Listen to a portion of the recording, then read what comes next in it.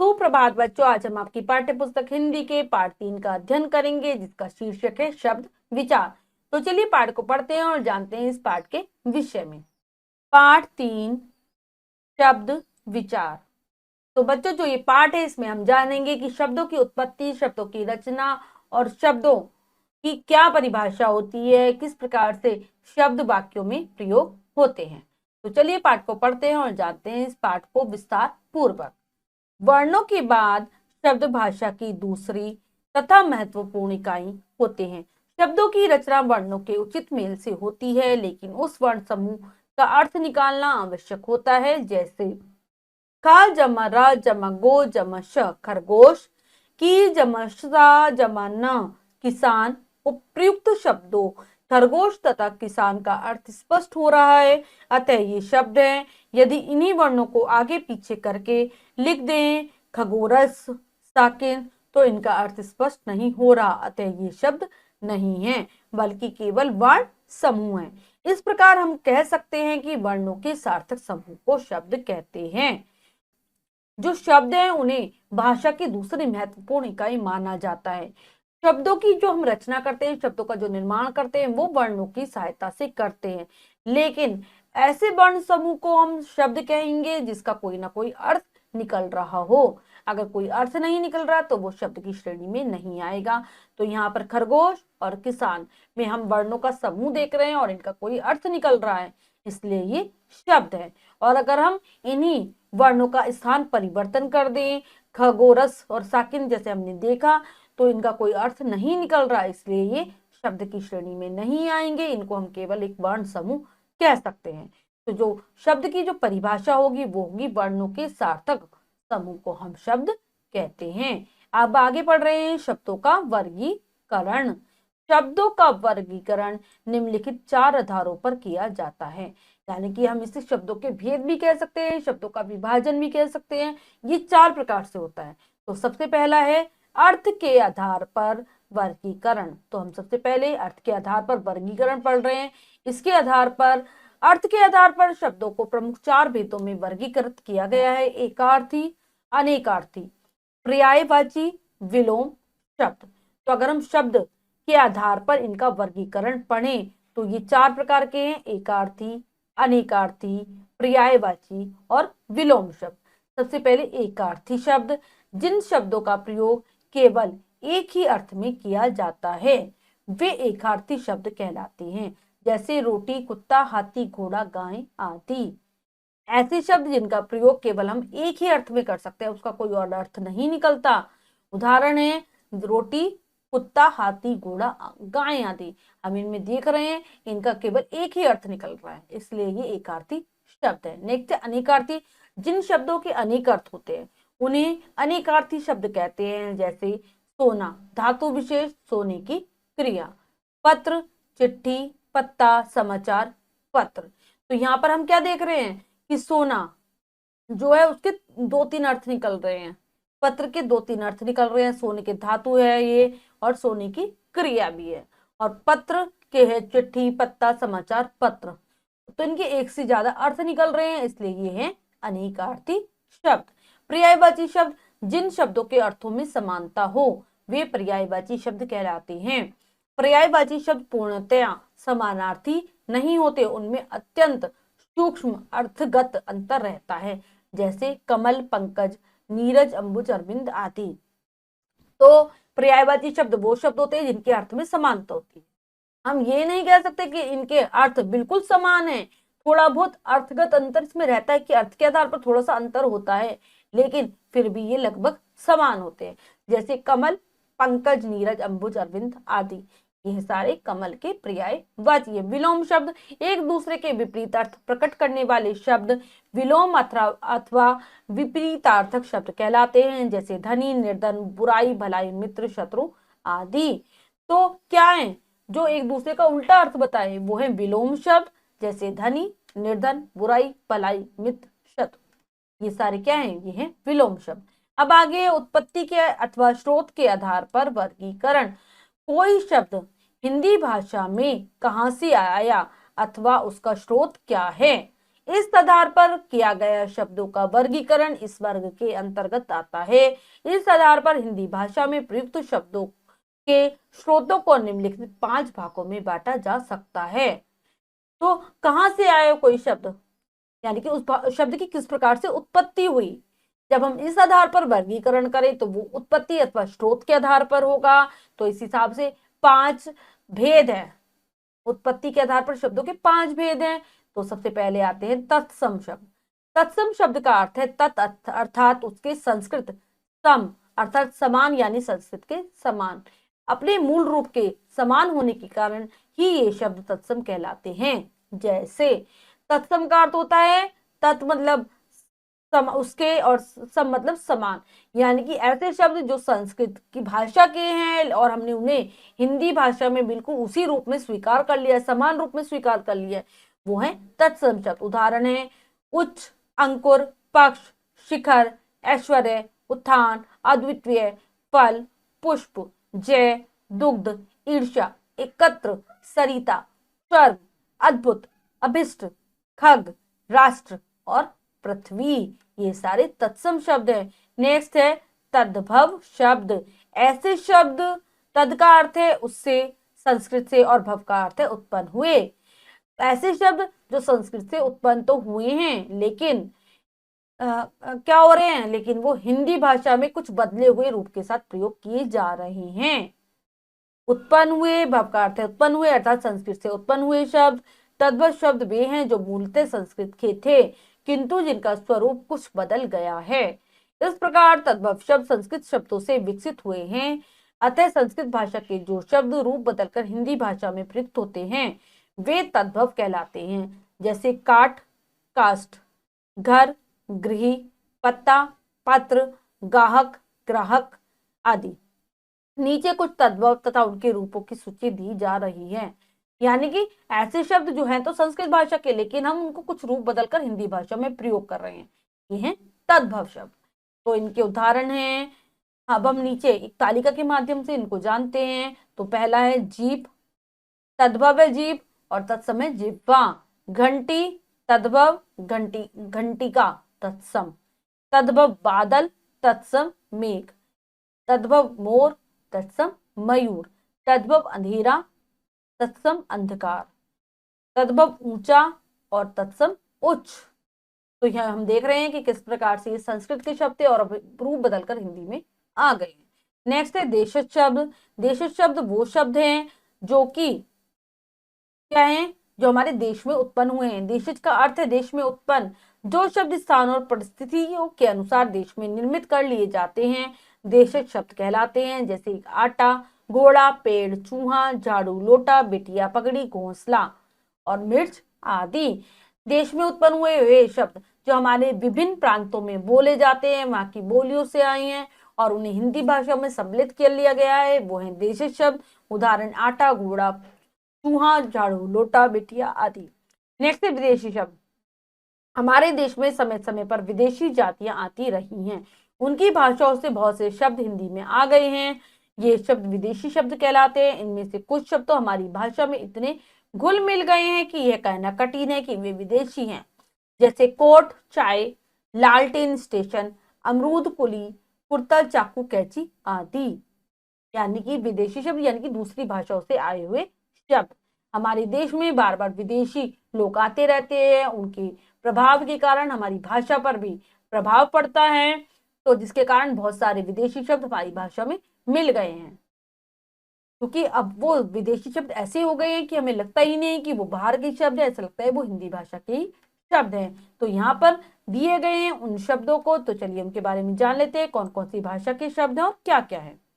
तो कौन कौन सी भाषा के शब्द हैं, अरबी के, फारसी के, तुर्की के, फ्रांसीसी, पुर्तगाली, अंग्रेजी, चीनी, यूनानी सारे आए हैं ये शब्द। तो इनके बारे में पढ़ लेते हैं। अरबी के कौन कौन से, गुनाह, फकीर, फरिश्ता, शैतान, हज, मुसलमान, मस्जिद, तहसीलदार, बगावत, सुलह, हवलदार, अदालत, कानून आदि। फारसी, कालीन, अंगूर, किशमिश, चुकंदर, खून, गवाह, नमाज, पीर, चिलम, तंबाकू, काश्तकार, पैदावार, गुलाब, बुलबुल आदि। तुर्की के, तोप, बंदूक, बारूद, खरीद, चाकू, लाश, कुर्ता, कैंची, कुल्फी, जालिम आदि। नेक्स्ट है फ्रांसीसी, कारतूस, कूपन, रेस्तोरां, काजू आदि। पुर्तगाली, कमरा, गमला, तौलिया, फीता, नीलाम, बाल्टी, संतरा, साबुन, कनस्तर आदि। अंग्रेजी के operation, injection, X ray, glucose, thermometer, nurse, surgeon, transformer, oxygen, acid,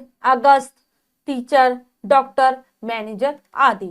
चीनी, चाय, लीची, तूफान आदि।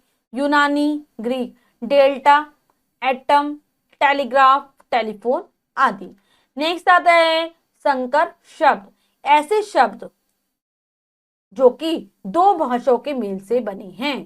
तो पढ़ लेते हैं इसके बारे में। दो भाषाओं के मेल से बने शब्द संकर शब्द कहलाते हैं। जैसे रेलगाड़ी, रेल अंग्रेजी जमा गाड़ी हिंदी, लाठी चार्ज, लाठी हिंदी जमा चार्ज अंग्रेजी, घड़ी साज, घड़ी हिंदी जमा साज अरबी, टिकट घर, टिकट अंग्रेजी जमा घर हिंदी। तो ऐसे शब्द जिनमें दो भाषाओं का मेल रहता है, दो विभिन्न भाषाओं के मेल से बने शब्द संकर शब्द कहलाते हैं। तो उदाहरण हमने पढ़ा है रेलगाड़ी, लाठीचार्ज, घड़ी साज, टिकट घर आदि। ये सारे हैं संकर शब्द के उदाहरण। रचना, बनावट के आधार पर वर्गीकरण, कि शब्दों की रचना किस प्रकार से हुई इसके आधार पर शब्दों के भेद हैं। रचना के आधार पर शब्द के तीन भेद हैं, रूढ़, यौगिक और योग रूढ़ शब्द। सबसे पहले रूढ़ शब्द के विषय में पढ़ते हैं।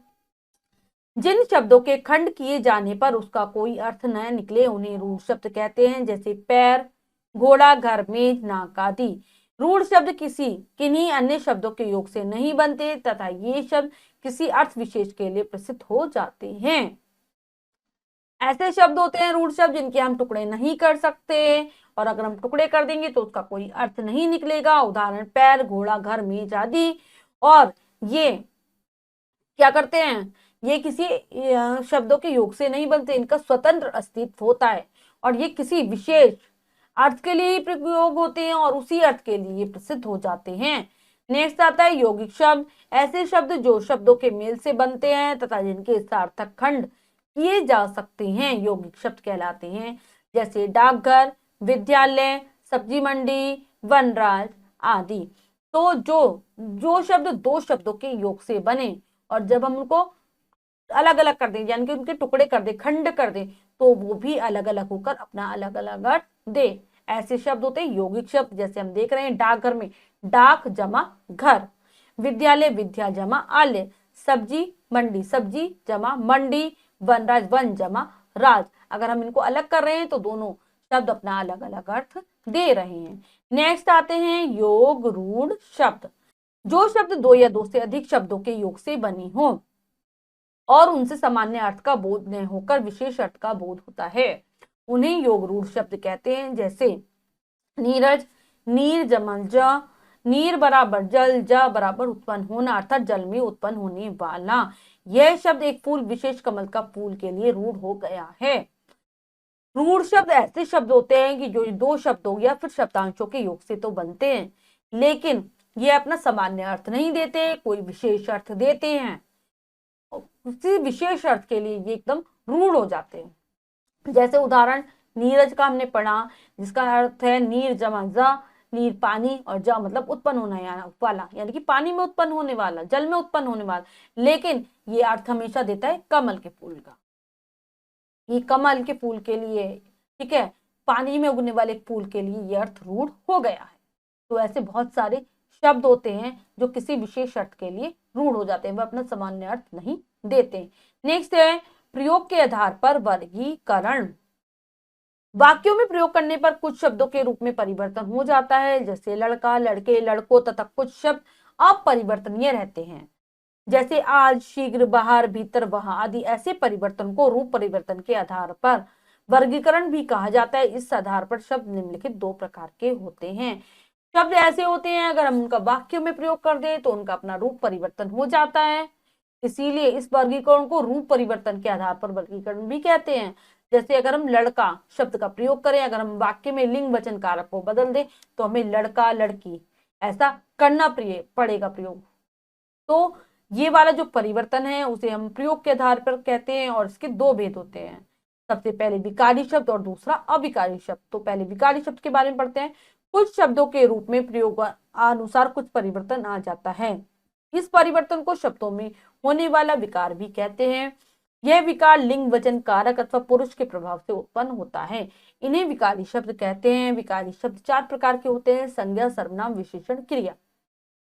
तो जब शब्द में परिवर्तन आ जाए, विकार उत्पन्न हो जाए, किसके प्रभाव के कारण? लिंग, वचन, कारक और पुरुष के कारण जब भी क्या होता है, शब्द में परिवर्तन हो जाता है, उसे विकारी शब्द कहा जाता है। और ये चार प्रकार से प्रभावित होते हैं। जो चार प्रकार के जो शब्द हैं वो प्रभावित होते हैं, वो होते हैं संज्ञा शब्द, सर्वनाम शब्द, विशेषण शब्द और क्रिया शब्द। जैसे अगर कोई वाक्य है जिसमें जैसे लड़का पढ़ता है, अगर हम उसमें लिंग बदल दें तो फिर लड़का का लड़की बन जाएगा। लड़की पढ़ती है तो पूरा वाक्य ही चेंज हो रहा है।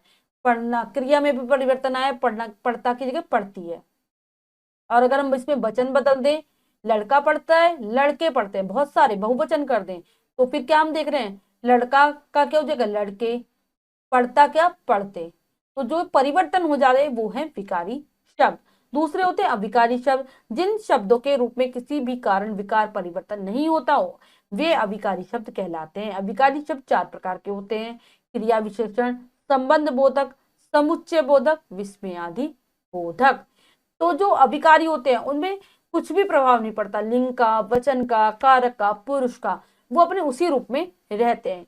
इसीलिए इनको अभिकारी शब्द कहा जाता है। इन्हें अव्यय भी कहा जाता है। अभिकारी यानी कि जिसमें कोई परिवर्तन नहीं होता। ये चार हैं: क्रिया विशेषण, संबंध बोधक, समुच्चय बोधक और विस्मयादि बोधक। उदाहरण है आज, शीघ्र, बाहर, भीतर, बहाती। ये सारे हमारे अविकारी शब्द के उदाहरण हैं।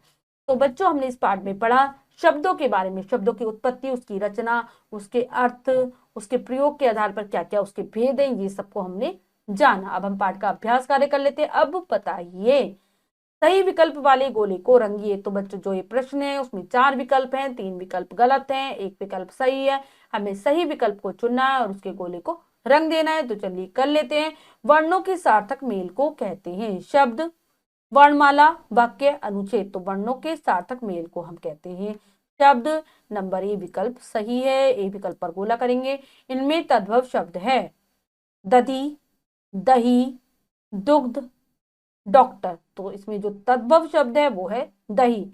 बी विकल्प सही हो जाएगा। बी विकल्प पर लगा लेंगे, बी विकल्प दही। नेक्स्ट करेंगे, इनमें यौगिक शब्द है रेल, गाड़ी, रेलगाड़ी, पत्थर। तो यौगिक शब्द है सी विकल्प, रेल गाड़ी। सी विकल्प पर लगाएंगे। नेक्स्ट है, इनमें विकारी शब्द है संज्ञा, सर्वनाम, क्रिया, ये सभी। तो ये सारे ही विकारी शब्द के उदाहरण हैं। तो डी हो जाएगा। डी विकल्प पर लगा लेंगे गोला। नेक्स्ट करेंगे, सत्य कथन पर सही तथा असत्य कथन पर गलत का निशान लगाइए। तो चलिए कर लेते हैं। शब्द कोश में पद होते हैं, शब्द नहीं। तो जो हमारे शब्द कोश होता है उसमें शब्द होते हैं, पद नहीं। तो ये गलत लिखा हुआ है, इस पे गलत का लगा देंगे। क्योंकि पद तभी होता है जब उसका हम किसी भी शब्द का जब हम वाक्य में प्रयोग करते हैं तब वो पद बनता है। लेकिन शब्दकोश में केवल शब्द होते हैं। ठीक है। अब है, पर्यायवाची शब्द प्रयोग में सर्वदा एक दूसरे का स्थान नहीं ले सकते। ये भी बिल्कुल बात ठीक है, सही हो जाएगा। हमेशा स्थान नहीं ले सकते पर्यायवाची, क्योंकि कभी कभी उनके अर्थ में सूक्ष्म अंतर होता है। अनेक शब्दों के मेल से अक्षर बनते हैं, ये गलत है। अनेक शब्दों के मेल से अक्षर नहीं बनते, वाक्य बनते हैं। संस्कृत के शब्द तत्सम शब्द कहलाते हैं, ये बिल्कुल ठीक हो जाएगा। अगला करते हैं, निम्नलिखित के सम्मुख तीन तीन शब्द लिखिए। तो लिख लेते हैं। रूढ़ शब्द हो गए हमारे गाय, घर, पैर। योग रूढ़ क्या हो जाएंगे? दशानन। नेक्स्ट करेंगे, दशानन, नीलकंठ, पंकज। यौगिक हमारे हो जाएंगे रेलगाड़ी, टिकट घर, रसोई घर,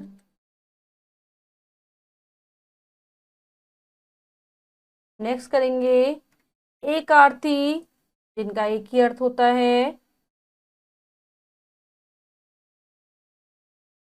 गाय, घर, गाय हो गया, घर हो गया,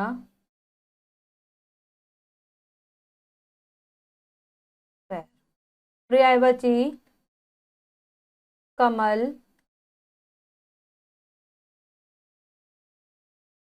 पंकज, जलज। नेक्स्ट लिखेंगे अनेकार्थी में, मान लो हम पत्र के लिख रहे हैं, चिट्ठी,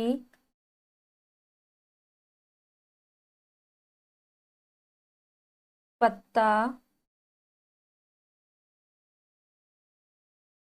समाचार पत्र। नेक्स्ट है निम्नलिखित शब्दों के सामने उनके तत्सम या तद्भव रूप लिखिए। तो या तो हमें तत्सम लिखना है या फिर तद्भव लिखने हैं। तो चलिए लिखते हैं नाच, नाच का बन जाएगा नृत्य, रात्रि, रात। नेक्स्ट करेंगे बिंदु, बिंदु, बिंदु का लिखेंगे बिंदु, बूंद।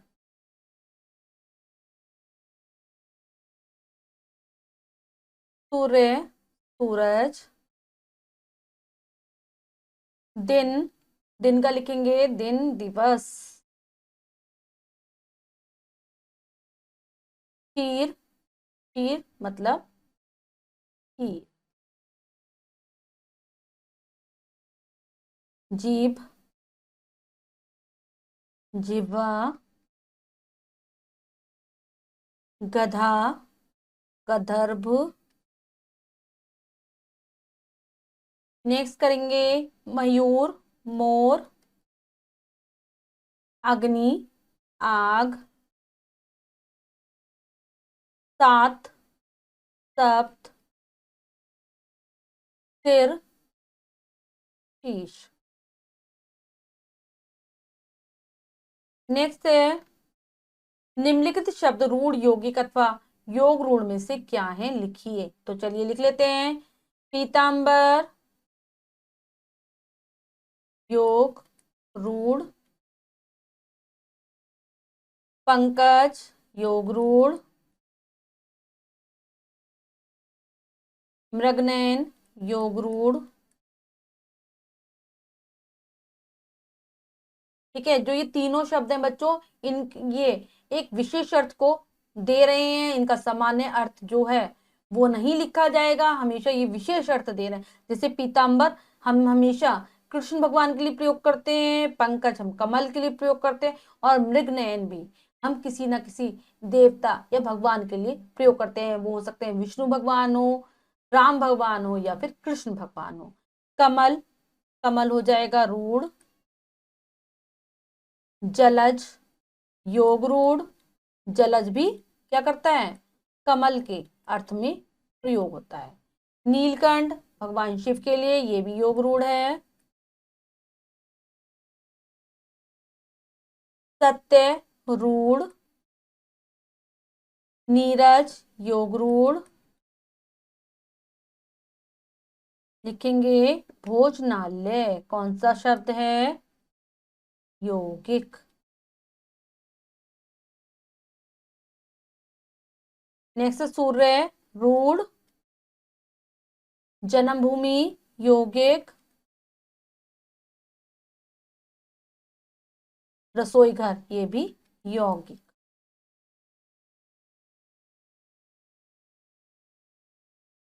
तो बच्चों हमने पाठ का अभ्यास कार्य पूर्ण कर लिया है।